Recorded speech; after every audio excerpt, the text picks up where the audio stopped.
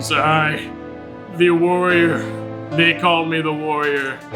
I summon them, I am one. That's right. going in for sure. Is it recording? Yeah, it's recording. That's great.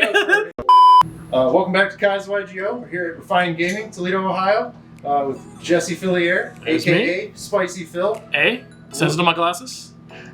So what did you do here, Spicy Phil? I got first place over a 3-month period of time. There was a points playoff to get a trophy for the quarter. It's the Millennium. It's a Millennium Puzzle. Yeah, I don't know this game as well, and also a customized field center for Refined Gaming.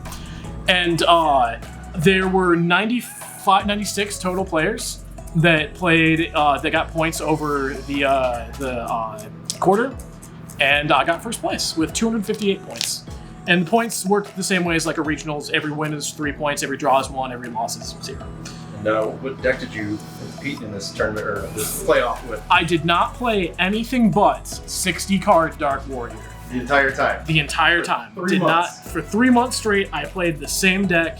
Very slight iteration differences, but it was 60-card Dark Warrior combo of the deck. And the most impressive thing to me about this deck is the price of each opening hand, pretty much. I think we figured this out. What'd you say? It was like $275? Well, that's including the fact that the value of the extra deck and the side deck, so I don't feel like doing the actual math for how much the main deck opening hands are, but yes, it's a very expensive. So what's the average total, like the approximate total cost of this deck? The approximate total cost of this deck is somewhere in the $13,000 to $14,000 range. That's insane, dude. All right, man. Well, let's get into the deck profile here, and you kind of explain some of the cards that go along, what makes them special, definitely expensive, and yeah, let's get into it. And we'll do a combo for the crazy combo at the end. All right, sounds good. So to start off the deck, this is the MVP of the deck. 3 Torn Scales, Starlights only. And then to round out the rest of the Phantom Knight engine, I play 1 Cloak and 1 Boots. At least that's my Phantom Knights for the monsters. So the Torn Scales are like roughly $230, $240 each, and the other stuff is kind of cheap. But I do have a misprint Cloak in the mail that I'm waiting on. So hopefully next time anyone sees me, this deck will be even more expensive. Then to keep going with the Warriors, I've got 3 Connector, and then this is the big boy. We've got my my misprint Aqua Dolphin, whose name is stamped upside down at the bottom. That's some big value there. If I had to value this, I got it in an auction. It was a little bit competitive. After like conversion from pounds from Great Britain, it's roughly $450. Then to continue with the Warriors, 3 Firefront Lady. You just need Warriors as much as possible, and 2 Junk Forward. Junk Forward is reliant on you not having monsters, while Flint Lady is reliant on you having a warrior, so I like the 3 and 2 a little bit better. Although 3 and 3 is totally doable, and I have done it. I might go back to it at some point. And then 2 Malicious, because, you know, it's a good card. RIP, semi-limited list was supposed to go to 0, not go double. I wish this boy was at 3 again. And then the last Warriors are 1 Armageddon Knight and 1 Dark Refer. The whole point of this combo is to Armageddon Knight. The main combo summons it 5 times in 1 turn.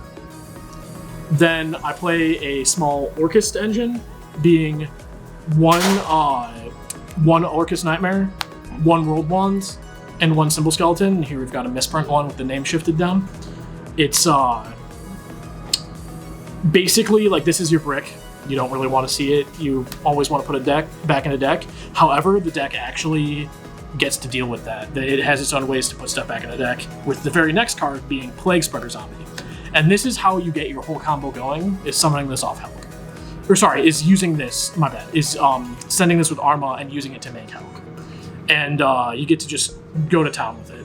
And this is, this card's pretty expensive too. It's over $100 for Ulti first.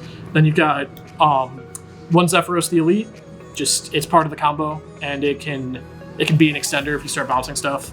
And then the last cards are 1 of each of the good dangers, the limited dangers. I wish I could play Mothman also, but deck's pretty tight, so you just want to see the ones that guarantee you monsters on field. Then I play a very small Dino engine for the monsters, being just 1 Quatless and 1 Conductor. It's basically it's just something else you send off Armageddon Knight to add a pill to summon the Conductor, and its Conductor's really good this format. You can book any of the Tri-Brigade stuff before they get to start going. You can book Prank Kid stuff before they start to get going. Zoo's kind of fallen off by the wayside a little bit because of the ban list, but beforehand it was really good against Zoo, where a lot of decks were very reliant on their first monster to start going to do things. So this card just says your turn's over a lot of times. Then one Violent Cube. This is what I summon off Helk, and it's another one of the bricks, but it's what gets the deck going, and you'll see in the combo later how it works. Then the last monsters I play are 3 Ash Blossom. I just wanted to be able to do something going second if I really needed to. I've debated cutting this, but it's still a pretty good card. Secret First, Italians. And it's just the best hand trap right now, just generically. And then my normal monsters for Dragoon. These are both misprinted. The Red Eyes Black Dragon is it's got a reverse foil shift, so the cross hatching of the Secret Rare faces the opposite way. And this Dark Magician is it has no name and it's unstamped also, so there's no indent. So that's it for the monsters. Now to go to the spells, this is where you get a lot of the value. I have a playset of Droplet, alties only. You know, got to be in the club. And this is just this deck like sending things to grave. Going second, it helps me break boards. It's super necessary. I was siding them for a while. No, gotta main deck this. Gotta main deck it totally. And then consistency can be a little bit of an issue. So I ran to that. I decided to start playing 3 Product Prosperity. There's your Starlights there, so more value. These are roughly 450 to 500 each right now. The droplets are, last I saw, were like 275. Yeah, right. And I'm sorry. Like, no, you're good. Yeah. The camera was facing me. My mouth is pretty much on the floor. Yeah, I just was like, man, everyone's like, I mean, it's already been quiet, but I could see the reaction a little bit. So, yeah, I didn't used to play this, but I realized that going first, there's 3 cards I can banish every time, and going second, there's actually a little weird combo I can do where I can still get game through the half damage while banishing 6 to just guarantee that I try and see something playable. So this card, like, it's not perfect, and sometimes I wish it was something else, but to be honest, like, just getting like your Pot of Duality, still being able to special summon if you're like lacking the extra warrior, that extra whatever, it's just a consistency card. So I kind of needed it because 60 cards can be a little clunky sometimes. Most of the time if I lose, it's because I just didn't get to play because I bricked, is mostly the issue with this deck. Then more value, you've got 3 triple tactics, and then your other hand trap hate, called by. So these are also Starlight, pretty expensive. Like, I think these are also like the 450, 500 range. They just, hand traps really hurt you, so you want to be able to play through them. If like one really fun thing is opening like Connector in this, you can Connector to eat a hand trap, and then activate tactics to look at their hand and take out if they have the second one, and then just special like a Flint Lady or something.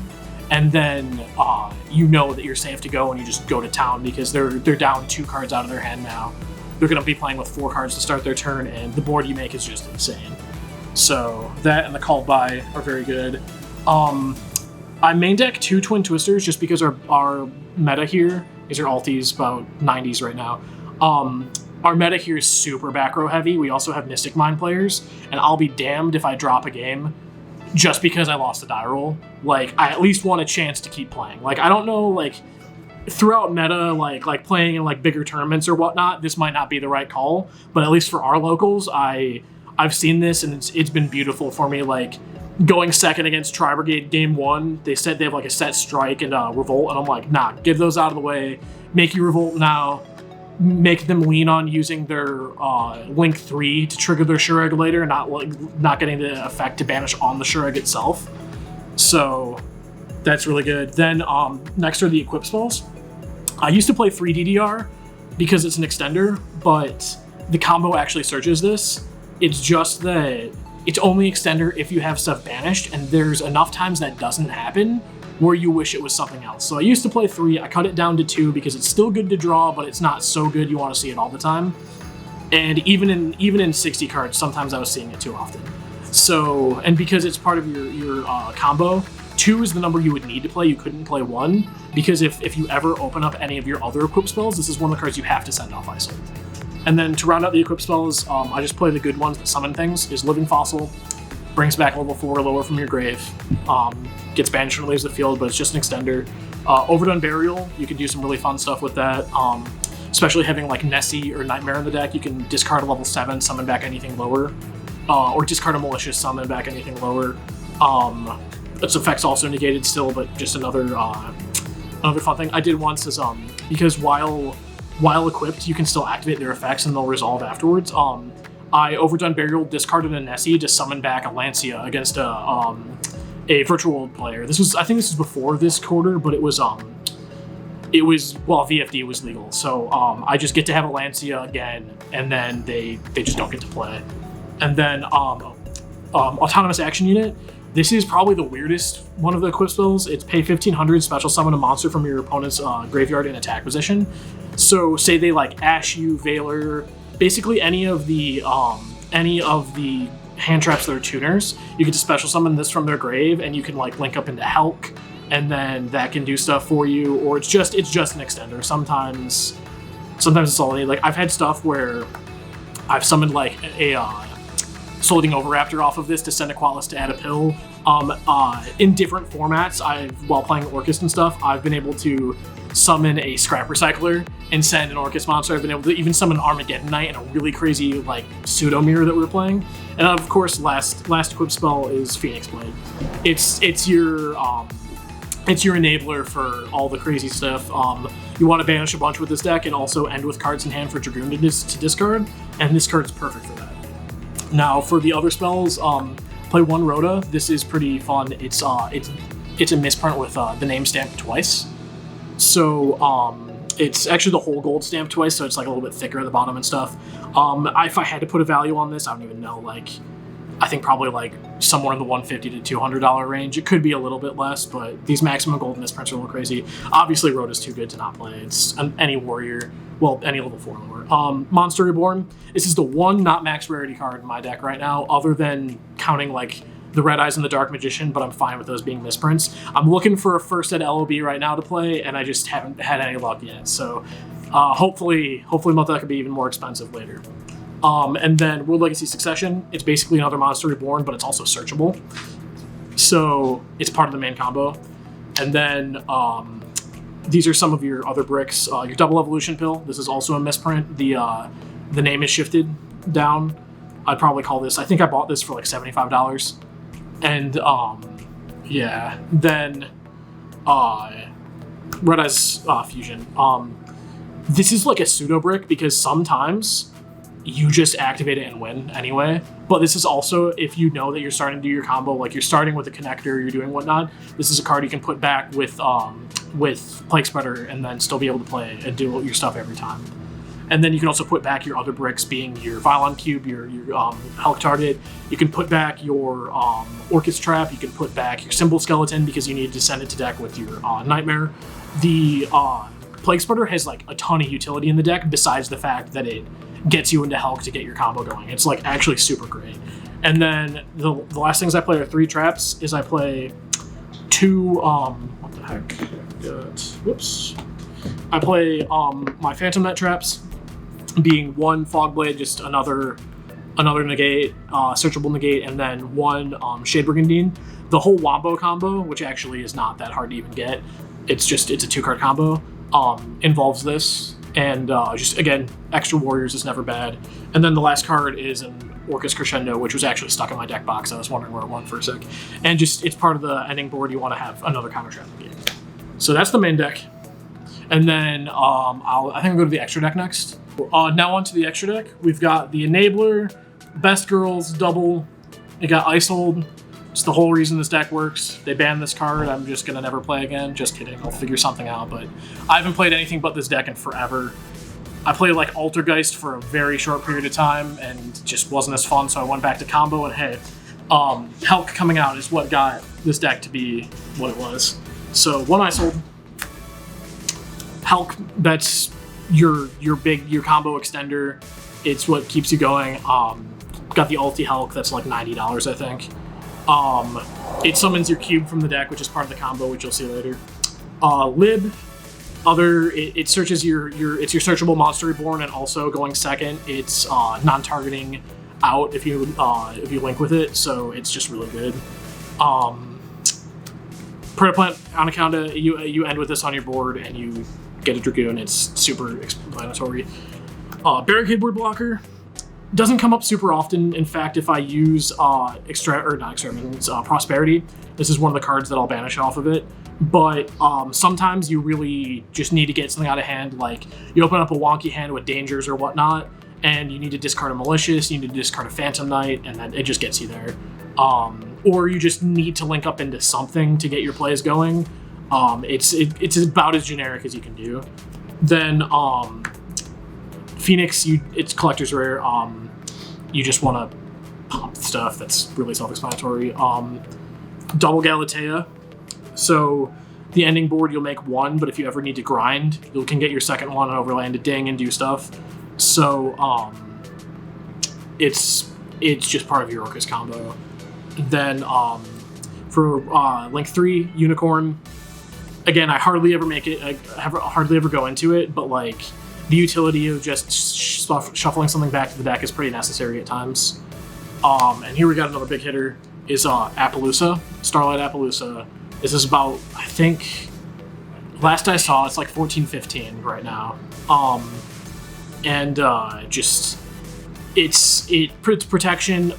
Your main combo doesn't make it super early. It makes it by like I can't even remember what summon, maybe 6th, 7th. But certain hands you can make this before you go into any of your main combos. So they have to Nibiru you before, and they give you a token. You're just like, cool, use the token and Plague, link into Helk, go to town, and you just win. So this is your anti-Nibiru, and also just in general, just really good card. I played Dugar's the Timeless. This is a really weird misprint. It's probably too hard to see on the camera, but it has another name of, it's Guardian of Order is stamped on here, and it's stamped without ink, so there's just like the silhouette of those letters are cut out of the ink of this card. So it actually is just the of order of Guardian of Order, and then right at the very end, can't tell what it is because there's a lot of cards in the set like this, but there's an FO for like either Foolish Burial or the Fortune Fairies. So this was just a random thing I found. This is part of your combo and just a good extender. You can draw cards if you really need to. You can just try and one shot for game because it doesn't target. You can make your Dragoon 6,000, or if your Dragoon's already negated something, you can make your Dragoon 8,000 by itself, which is just insane. It's not super mandatory, but it's kind of cute sometimes to get an 8k Dragoon and just punch directly with one card. Then Wundengursu, just part of the grind game. You don't really make it in most of your combos. It's just, good card. Helps you if you're not going all your combos, but you like, say if you end with just a Dragoon, you can discard like a Nightmare later. You can kind of get the ball rolling later. So for the synchros then, Shooting Riser Dragon. So this is one of the main parts of the combo. This card is insane because it gets to send something to your grave for later. It sends a warrior, so if you send something that you don't need the effects of, it gives you another warrior in grave for your Phoenix Blade. And it's also a tuner, so you get to later make Borreload Savage Dragon, and it's also a light synchro. So when you use Vylon Cube, you get to search a DDR, and that's how the main combo goes. And then last card in the extra is Dragoon, which is also one of my misprints. This is one of the cooler misprints. It's not a big misprint, but just misprints of meta cards, especially really omnipresent meta cards like Dragoon, are super cool. You don't come by them super often. So this one is it's a German one, but the name is shifted down out of the box just a little bit. So if I had to put a value on that, I'd probably say regulars are like, I think 70 to 80 range. I'd probably say, this is just kind of pulling a number out of nowhere, maybe 200, maybe a little less. It depends. Misprints are always insane because people will kind of just pay whatever they feel like on it. So for the side deck, I play 3 Nibiru alties, foreign too. They're Portuguese. I wish they were Italian. I like Italian. But I wasn't playing these for a little while because Nibiru was kind of going in and out in the format, but our locals has so much Salaman Great and just other generic stuff that summons a bunch. So I decided that I kind of needed to start playing them. So that's it's super explanatory. It's just such a blowout card. if you get it off. 3 Droll Altis Italian. So the Nibiru's are about 185 each right now. And then Drolls, I don't even remember what these are at. They just keep going up. They're super high. Last I saw, they were like 200s, 250s now, 240, something like that. A stupid number. These cards should not be this high, but I'm happy because I already have them. Sky Striker's huge. This just kind of mutes them for a turn. I particularly have a bad Drytron matchup. So if I can keep them from getting Herald of Perfection out, this is pretty mandatory. Just in general, good card against specific decks. So kind of just good to play in the side deck. One for the last monster, I played 1 Pankratops. This is the collector's rare. Last I saw it was about 150. It's just such a good generic card against like anything that you need the out for. But specifically, I love this in my deck because I can summon it out off pill if I need to. So one thing I would do is that when I played specifically with a Resident Mystic Mind player, I would make my ending board and I would side out Conductor and I would put in Pankratops because that's just one more way to out their mind. So they activate mine and I just pop in response. So it has a little bit more utility in this deck, but it's still just good to just rip it and play it. So it's good overall. Against Sky Striker, Conductor doesn't really do a lot, and if you're grinding, this is way better to summon off pill than Conductor, so I'll side out Conductor a lot of times and summon this instead. Then for the spells, one of the other big boys, 3 Lightning Storm, Starlights. These have been going down a little bit because the collector's rare got announced, but they're still like over $400 each. A lot of decks don't play a ton. I've seen a lot of people play like your blowout cards being 1 Lightning Storm, 1 Feather Duster, 1 Red Reboot, but I'm playing 60 cards and my deck is very all or nothing. So I want to see this, I want to blow up your back row, and I want to kill you. So that's why I play this. And then like there's other instances where you can use the Raigeki effect instead, but for the most part, it's just for back row hitting. Then I play 2 Dark Ruler No More. It's just, there's not a ton of combo stuff that I really need to negate the monsters for, but like, I don't know. I sided in against like, people have been playing the Bird Up Tri Brigade a little bit, where you just kind of, you'll end with like Simorg and summon your barrier statue, and I can't do much to their barrier statue, so it's in there for that. Droplets are in there for that. Not that comes up super often, but there's just enough generic I want to negate your stuff that I play 2 because it's not so crazy, and in fact I like Droplet more because I get to send combo pieces to grave, but it's good enough that I want to play it. It's something, if I had to cut any cards from my side deck, I don't know what I'd replace them yet with, but this is probably the easiest thing I could cut. Then I play 1 Twisters just to round out because I have 2 in the main deck. I play my 3rd copy here, really self-explanatory. More alties. And then here is the most expensive card in my deck. This is a TFK Feather Duster. So this came out in Spain, and we got our Feather Duster in Stairway to the Destined Duel, along with Slate Warrior and Sinister Serpent. In Spain, their video game promos were all weird. Like, they got our DDS promos and Duelist of the Roses instead. They got our promos instead of Prismatic Secret. They got them as super rares. So if you've ever seen the TFK Sinister Serpent that's like, God, I don't know, like $10,000 or something insane like that. This is the second step up. This is that one's set like 3. Yeah, this one's like lightly played. So the lowest on CCG player is about 4,000 right now, but realistically, I put this somewhere in the $2,200 to $2,500 range for a lightly played copy. And I purposely wanted lightly played just because if I'm playing a deck, I want to play the card. I don't want to play a near mint copy and anything happen to it. So lightly played, I don't think I'm ever going to damage my cards hard, but I could add very slight wear, so I can do that and it doesn't bother me very much. Same with if I get that monster board, I want it to be lightly played. And then last card, Red Reboot. I know it's 60 cards, you hardly ever draw it, but when you do, you just win. It's such a blowout card, there's no reason not to play it. And that is the main deck, or that is the extra deck. Side deck. That is the side deck. We'll get into it. Yeah. We're going to go ahead and get into the combo section of the video right now. So You said it's just a 2-card combo, Jesse? It's a 2-card combo, or a lot of people like to consider this a 1.5 card combo. Okay. So what I'm doing is it's just scales and any discard. Now, for the sake of showing the sustainability, I'm using a warrior as the other discard so that you have a Phoenix Blade in your hand at the end of the turn. But with a normal hand, you'd have 3 other cards, which is anything else you could discard off of Dragoon. And this is just the Wombo combo 2 cards, not having to draw any other extenders or any other anything. And what is this going to end on?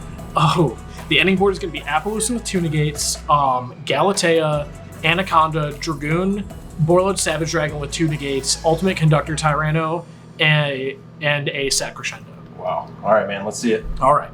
So you start by normal summoning your scales, and use scales effect, discard your junk forward to send Cloak to grave. Now Cloak effect will banish to add a Silent Boots to hand. Now Silent Boots can special summon itself because you control a Phantom Knight, and then you can link 2 into Isold. Now Isold's effect will add Warrior. In this case, we're just doing Dark Grepher, but it doesn't really need to be anything special. Because for the sake of showing the combo, this is what you're going to put back with your Plague Spreader.